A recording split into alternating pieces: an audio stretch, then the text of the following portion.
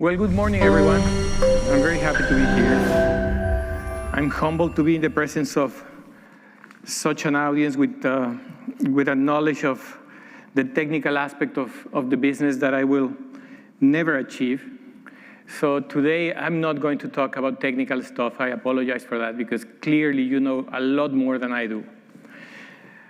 But what I will do is just share with you a few thoughts about the industry, about how value chain operations can actually help significantly more than what they do already for the success of an FMCG company. Thank you for having me. Let me start by just giving you a little bit of perspective of our company, especially because not a lot of people know about our company. The scale we have is significant, and over the last 75 years, the company has been built on a purpose, tradition, and quality path. And soon we'll reach our 100th anniversary, which is not something that should be taken lightly. Lala is a key contributor to Mexico's supply chain. We collect and transform over 3 billion liters of milk per year, which is roughly 800 million gallons per year. We have an integrated supply chain, modern R&D, and multiple production and distribution center sites around the country. We have national reach, and we have the largest cold chain distribution system in Mexico. Today, even though we have operations in several countries, today I will focus on our operation in Mexico. Our scale in the country is unmatched. We have, as I said, the largest cold chain in Mexico, over 15 production plants, over 35,000 employees, 142 distribution centers, over 7,000 trucks. That's 6,000 trucks on the Transit 2, but we have over 1,000 on Transit 1 and meal collection. And we serve over 450,000 points of sales in the country every day. We are the only company in Mexico with 2 brands in the top 10 of Kantar's brand footprint ranking. Lala and Nutri, which you see there in number 6, are in over 90% of the Mexican households, and Lala has a penetration of over 97% and Nutri over 76%. We offer the most complete dairy portfolio in the country, from the most premium options to the most accessible ones, and we bring taste and nutrition to every table. Our mission, as we stated, is that we are the flavor that unites Mexico and the nutrition that powers its future. While Lala has strong positions across every category in the dairy industry, today I want to focus on milk, the category where we have our most ambitious plans and where clearly we play with the biggest share. Milk, as you can imagine, is also the most important ingredient behind all the other categories. Let me start with a little bit with the context. Milk is a declining category. The reality is clear. In Lala, we are working in a category that has been declining for the last 10 years, and milk, and this is data that comes from Kantar, has lost 700 million liters, or has declined by 16% in volume and 18% per capita over the last 10 years. And now the per capita is only 30 liters per person. And the reality is that as an industry, we fail to build on the nutrition and value of a glass of milk. And that allowed other segments, such as sodas and juices, to gain ground. So today, in Mexico, the country is #1 in soft drink consumption, and number 60 in milk consumption. So people drink 259 liters per capita of soft drink and only 30.5 liters per capita of milk. But clearly, we have to live up on our mission. So we are engaged in a work that will try to recruit more people and expand the consumption occasions of milk. These are the two levers that we are using to transform our industry and our business in Mexico. Now, there are 4 reasons why milk has declined over the last 10 or more years. And we believe that it's our responsibility as leaders of the industry and of the category in Mexico to address them. Number 1 is the loss of relevance. Other drinks clearly have become more appealing. Second, there are a number of health myths related to milk, especially among adults, fueled by misinformation and fake news. 3, failure to adapt to changing habits. The reality is that today, when people are on the go more than ever, 95% of milk is still consumed at home. And last but not least, loss of attractiveness. Milk is boring, it's not cool, and that's it. We cannot say that it's a cool drink. And at the end of the day, I always show this picture to some of our stakeholders, including our employees, the team. This is a wow factor. In Mexico, we don't even drink 1 glass of milk a day. The recommendation by the World Health Organization is 2 glasses of milk a day. And if you Google health and nutrition in Mexico, this is what pops up. Seeds, fruits, a bunch of other things, but never milk.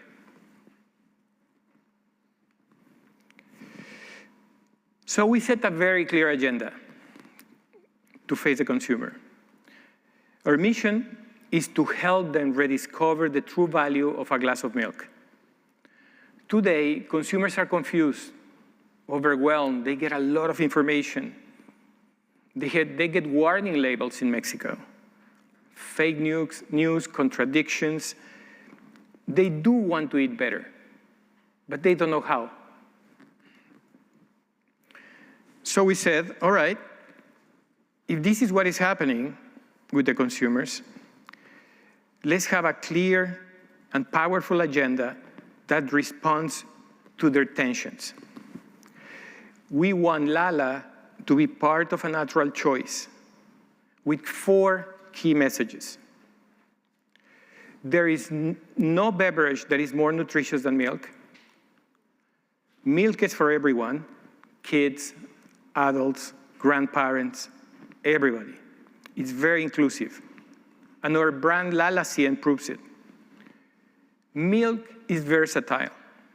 It goes with everything, anytime, everywhere. And we are ready to take it out of home with a full on-the-go and convenience portfolio. And yes, of course, milk can be attractive and fun. Those are the key messages we want to send to consumers. So, this is a video that I show every now and then. So I want to share with you because this is something that at the beginning, it was sort of a manifesto for us. But now it's starting to become a reality.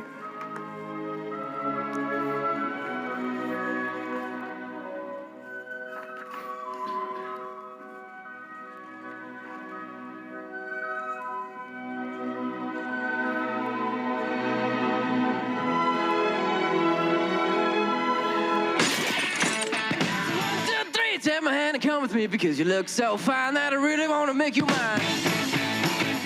I say you look so really wanna make you mine. 4, 5, 6, come on and get your kicks. Now you don't need the money when you look like that, do you, honey? Big black boots, long brown hair. She's so sweet with her get back stare. Well, I could see you home with me, but you were with another man, yeah. I know we ain't got much to say before I let you get away, yeah.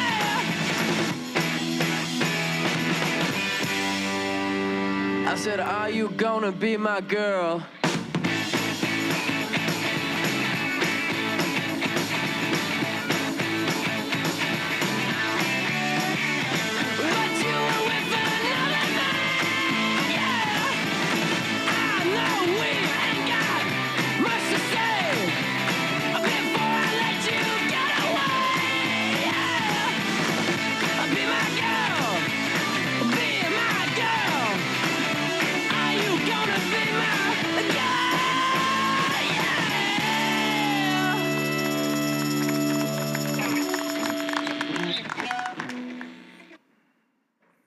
So, the consumer strategy, I believe, is clear. But the question for us was the value chain, was the value chain ready for this transformation?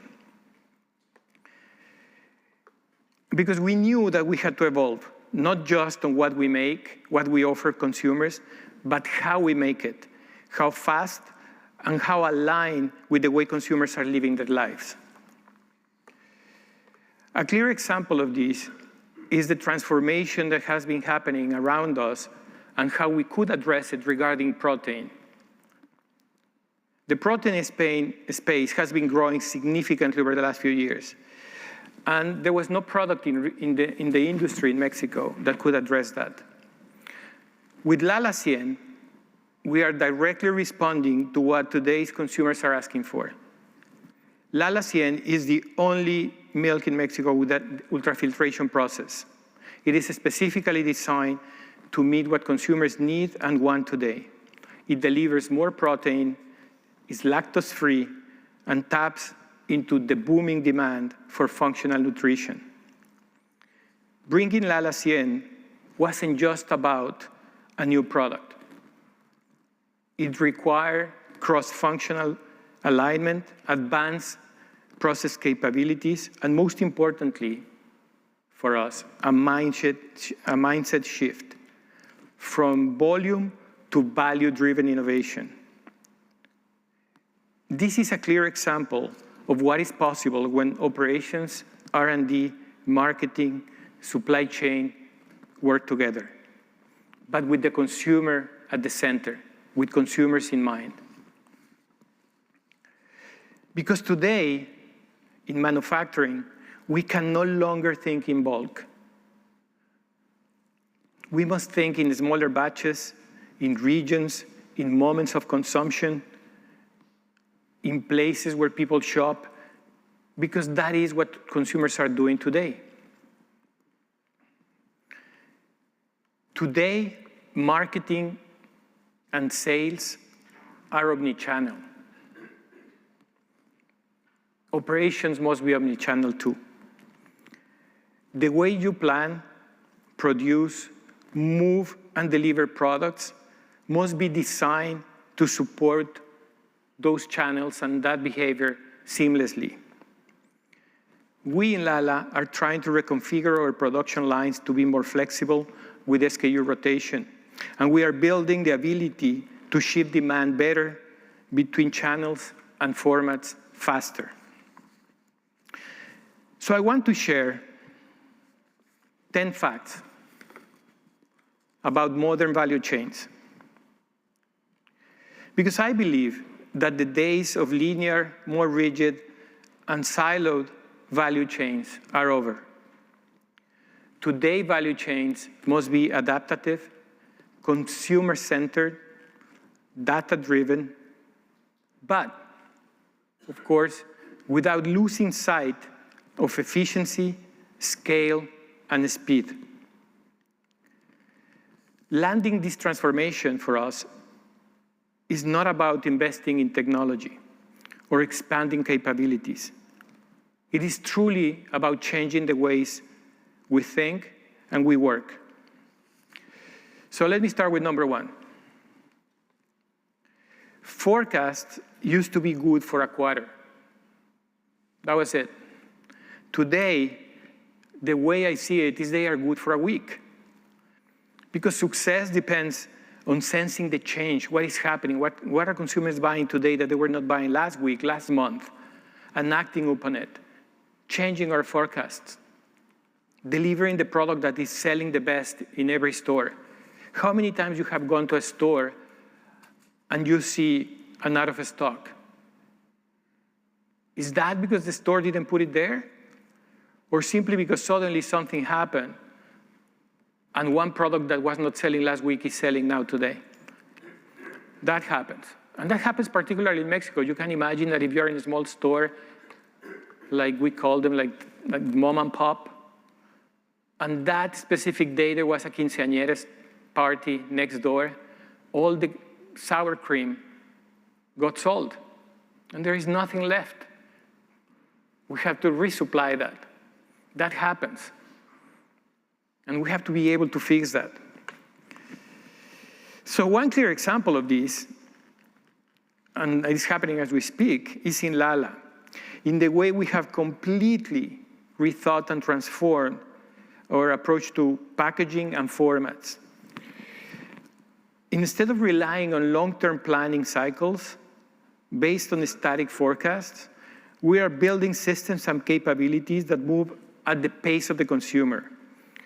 We have shifted from one-size-fits-all to a hyper-relevant, dynamic innovation, such as formats for every household, formats for every sales channel, special editions that tap into whatever is happening on the cultural or lives of the consumers, formats that are tailored for consumption occasions, seasonal demands, innovations driven by real-time consumers' signals, and not just historical data, but forward-looking.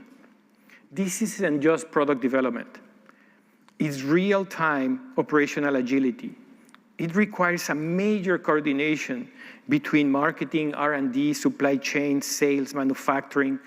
Everybody in the team is constantly looking at ways in which we can improve the portfolio we have out there for consumers. The second fact is about the fact that mass production got us where we are. We're a big company. And it's true, mass production got us there. But in reality, it is personalization what will keep us relevant. Today's consumers, especially kids, expect more than just a product. They expect variety, relevance, and constant surprise. That's why at Lala, we have designed our Lala Kids flavor milk to evolve every 90 days, creating a rotating world of fun and discovery. Every quarter, we switch to a new license, from superheroes to movie tie-ins, seasonal themes, so kids are never bored. We build this for speed to shelf, fresh creative every cycle, limited edition collectible packaging, and a strategic focus on pester power. It is not about the flavor milk. It is an always-on engagement engine designed to meet kids' expectations and surprise them every month. Sometimes we have even more than one license per quarter. If there are more movies, we need to be out there, and we have the license. We have to put it out there. I have a 7-year-old. I mean, you can imagine he gets this stuff before everybody else. But nevertheless, he's always demanding more. I said, I have these, that one I don't like. And it's just a way in which you keep them interested and drinking milk, which is important. Fourth fact, being agile doesn't mean being messy. That's a fact. It means designing a system and having processes that allow you to be flexible within a framework, within rules. So every operator knows what excellence looks like, even under pressure. So it's not about not having processes or rules or measuring KPIs. It is about being organized. Next fact. Speed has a cost, but delay is what kills businesses and innovation. Lala CN was developed, tested, and launched faster than anything else in the market because our teams and the systems they put together were already aligned around that action, not approvals. I like a quote by an American driver that says, if everything is under control, you are not going fast enough. That was Mario Andretti that said that. So I think firmly that that's something that we need to keep in mind these days. This is an example. One of the clearest examples we have is the change we did recently on the design of our packaging. We moved everything in less than 6 months. A full redesign of the brand, implementation across all packaging and formats, nationwide execution, all these while keeping the sales and while keeping the customer service right online. Number 6, in business, we often fall in love with big ideas, the innovation, the breakthrough. But one big idea is not enough. What really, really matters is whether the organization has a system that will capture that idea, test it, standardize it, and scale it. At the end of the day, in our industries, everything is about the scale. But that scale has to be in the benefit of the consumer at the end of the day. That's where the real value is created. That's where excellence becomes exponential when we standardize. And that's something that our teams need to understand. Even if there is a need for personalization and to be very specific and omni-channel with consumers, as I said, there is a way for standardization. An example of that, I put it on the supply chain side, is our fleet. Our fleet, we have as I said, is very large. We cover 450,000 sales points every day. But nevertheless, there is a space for standardization. From the routing algorithms to temperature controls, loading protocols, branding on every vehicle, the system is designed for that. Number 7, omnichannel today is not optional. It is the reality where we operate, and it's ruthless. And because if our supply chain doesn't talk to sales and our factories don't talk to innovation, we cannot win in the marketplace. We have learned that the hard way in Lala. We have today worked hard on breaking down silos, not by organizational charts, but really through how people interact and work with each other. Always keeping in mind that every single organization and every single function will have their own KPIs. And all of them, they have to be met.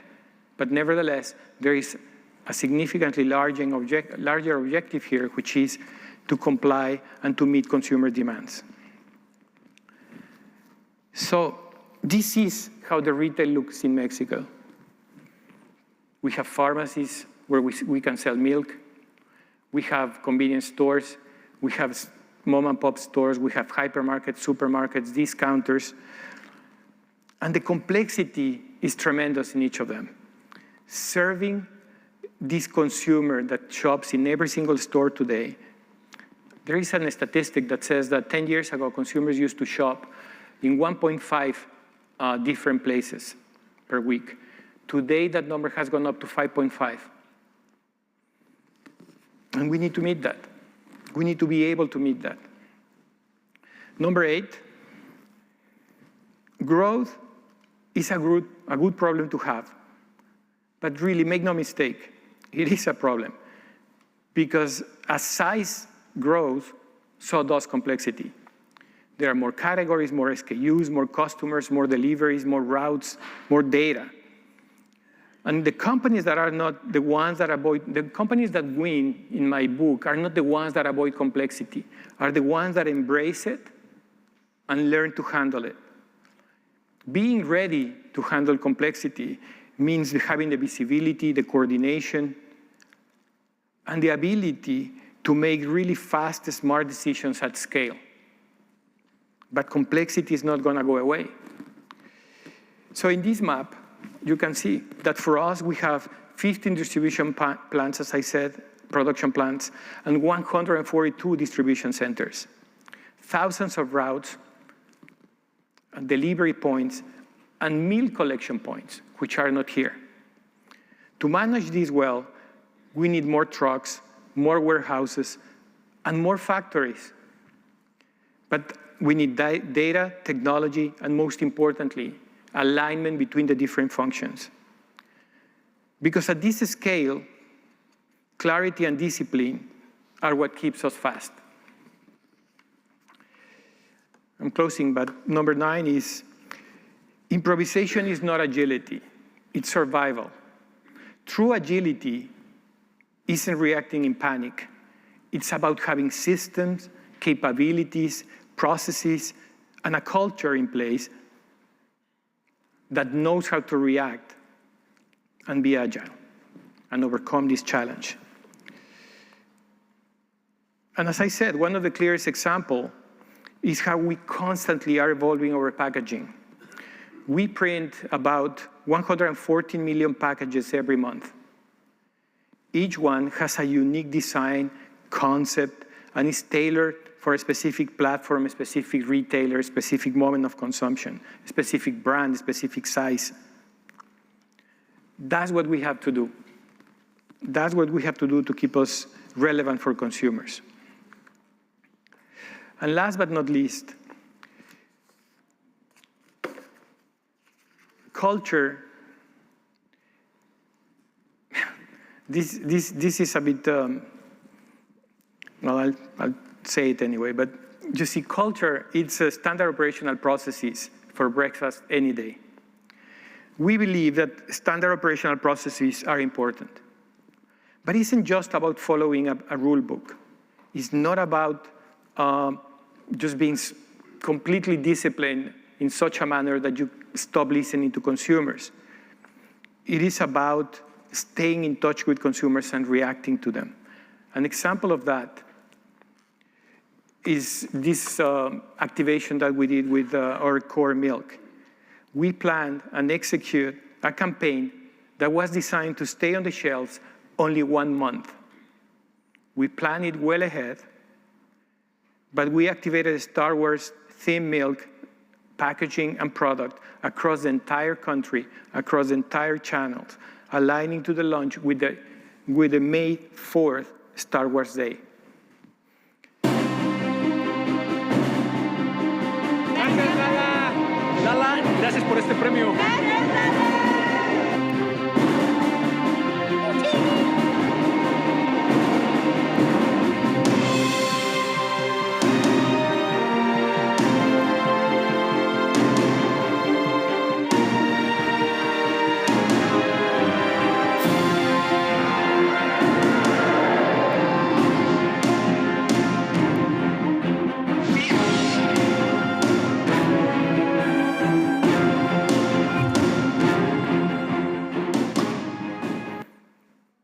This wasn't about standard operational procedures. It was about culture and what is relevant for consumers. When our teams are aligned on the why, the execution becomes second nature, not a checklist. So to close, autonomy is good, but autonomy without alignment is danger. Systems and processes can protect performance across complexity. Innovation at scale matters. This is about ensuring that what works in one place doesn't get lost and that every member of the team has the tools and permission to adapt within the system. So to me, the question isn't whether the world will change, because it's whether the factory will, whether the operations will.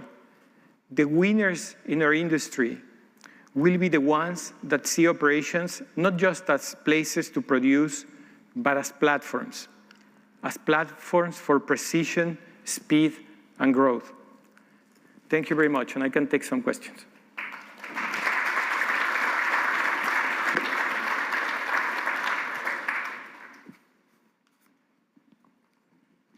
I didn't bring any collector's item, but I can answer questions. Any questions from the room? I can start with one. Yeah. On omnichannel, you mentioned that omni is critical, no?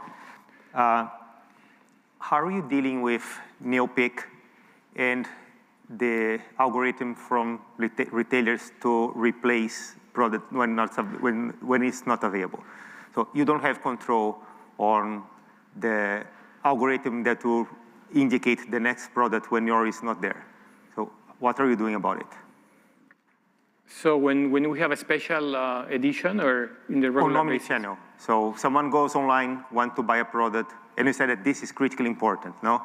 So what are you doing to influence the product substitution or to avoid NeoPick? Yeah, for us it's easier on the physical store, because as part of the 35,000 people we have a number, thousands of people in the stores on the modern trade. So for them, we have very clear processes in terms of if something is not in the store, they need to place a manual order that we can deliver in that same day. And in the meantime, they need to put other products and other sizes in that space so that it's never empty. In the case of the traditional stores, for example, that we visit, we have pre-sellers that go every day. Depending on the size of the store, they can go once a day or 2 or 3 times a week. And if something is not there, then they can either place an emergency order, or actually the store owner, we have them in a WhatsApp mobile sort of system in which they can actually send us a message and we'll deliver within 24 hours. So physical store for us is easier. Then when it comes to digital, usually they buy in bulk. So we will give us time for having the product and making sure that it's there.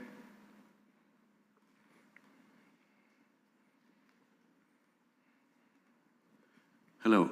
Thanks for sharing your strategy. As a CEO, when the commercial team requests for this flexibility, usually for supply chain, you will hear, okay, the additional cost that will imply with that. So how do you make peace with that? Or what is the challenge or your focus or in the supply chain cost related to this flexibility? That's an excellent question, because that happens a lot, you're right. So I always say no first. Because in my experience, the salespeople will always come with ideas that cannot be scaled. And as I said, I mean, everything has to be scalable, you see? And we have in the past invested a lot of CapEx and a lot of efforts and time on things that were never scalable. So we stopped that, and we said, no, we need the data. We need the data. And there will be someone in the south of Mexico that comes with the idea that that the sour cream is not liquid enough, and that's why they are not selling. In the past, we will go and change the lines and do something and start producing more liquid sour cream, and then it will not sell.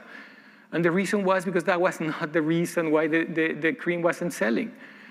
So it always goes back to consumers and what they want. And if we can scale it, we'll do it. Otherwise, we don't. And then the other thing is we have a minimum margin that has to be met. And if the complexity brings additional operational cost, manufacturing cost, or any cost, then the pricing has to solve it, or the efficiencies.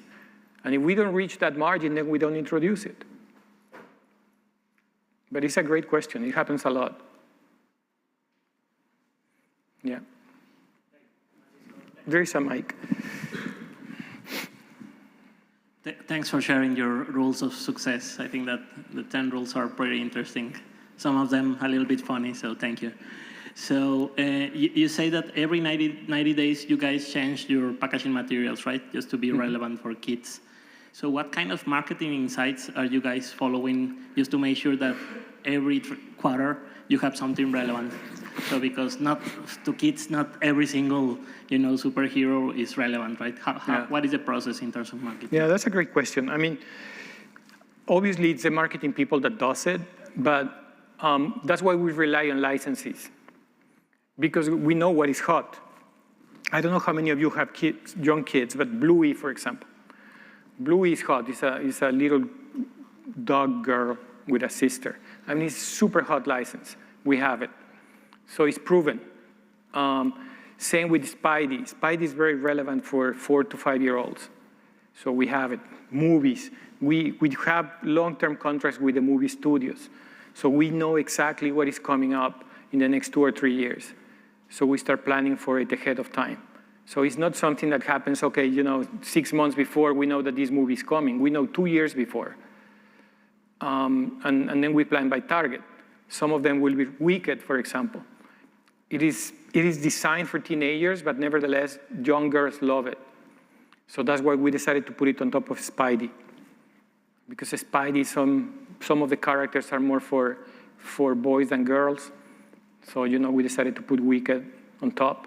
So it's always about relying on the fact that some people will know better than you. Studios know better than you. I mean, I cannot pretend to know more about licenses or characters or superheroes than the studios themselves. So Disney, we work very closely with Disney. And the packaging that you see there, we didn't design it, they did. They have better designers for the characters than us, than our agencies. So that's the way we do it.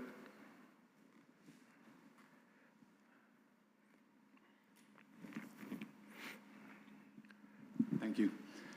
I was just curious, how are you handling the competition or the communication with all of these other quote-unquote milks like almond milk and oat milk that I've even heard that there's even a debate if it can be called a milk in the first place or just like another type of drink or whatever. How are you guys handling that space? That's an excellent question. First of all, we offer, in our portfolio, we have plant-based milk. So, I mean, at the end of the day, we believe that consumers will make the choice. Second, that category in Mexico is not very big and is not growing a lot. Honestly, is declining. So our communication is focusing more on the benefits of milk rather than on what other people are not doing. And that is the case also with plant-based. And for us, it's working. I think that at the end of the day, one thing that we have learned also is that consumers, just as we talked about omni-channel, consumers have become what we can call flexitarians. You see, one day they will decide that this day of the week I don't eat meat, but then the following day I happily go and eat a cheeseburger. And that's the way it happens across the board. One day they don't eat dairy, the next day they do. One day they eat a salad, and then the next day they eat crispy chips. So I think that managing that is also part of the challenge, which is always offering something that they will be willing to use instead of something else. So yeah, it's a great question. It's part of the issue. Thank you. Okay, well, thank you very much.